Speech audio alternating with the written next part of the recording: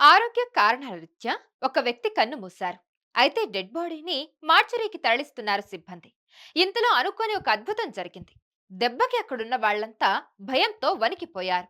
కేరళలో చోటు చేసుకున్న ఈ సంఘటన ప్రస్తుతం టాక్ ఆఫ్ ది టౌన్ గా మారింది. కేరళకు చెందిన 67 ఏళ్ల పవిత్రన్ అనే వ్యక్తి గుండె ఊపిరితిత్తులకు సంబంధించి పలు రుగ్మతలతో బాధపడుతున్నాడు. ఇటీవల ఆరోగ్యం క్షీణించడంతో ఆసుపత్రికి తరలించారు. అక్కడ గత కొంతకాలంగా చికిత్స పొందుతున్న పవిత్రన్ని ఇంటికి తీసుకెళ్లాలని భావించారు కుటుంబ సభ్యులు.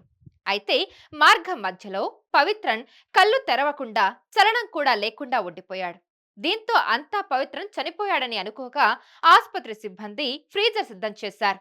రాత్రికి మార్చురీలో భద్రపరుస్తామని సిబ్బంది చెప్పి మరునాడు అంత్యక్రియల ఏర్పాటు చేసుకునేందుకు కుటుంబ సభ్యులు వెళ్లిపోయారు. అయితే పవిత్రను మార్చురీకి తరలిస్తుండగా ఆయన చేతివేళ్లు కదలడం ఆసుపత్రి సిబ్బంది గుర్తించారు. వెంటనే వైద్యులను అప్రమత్తం చేయడంతో ఐసీయూకు తరలించి వైద్యం అందించారు.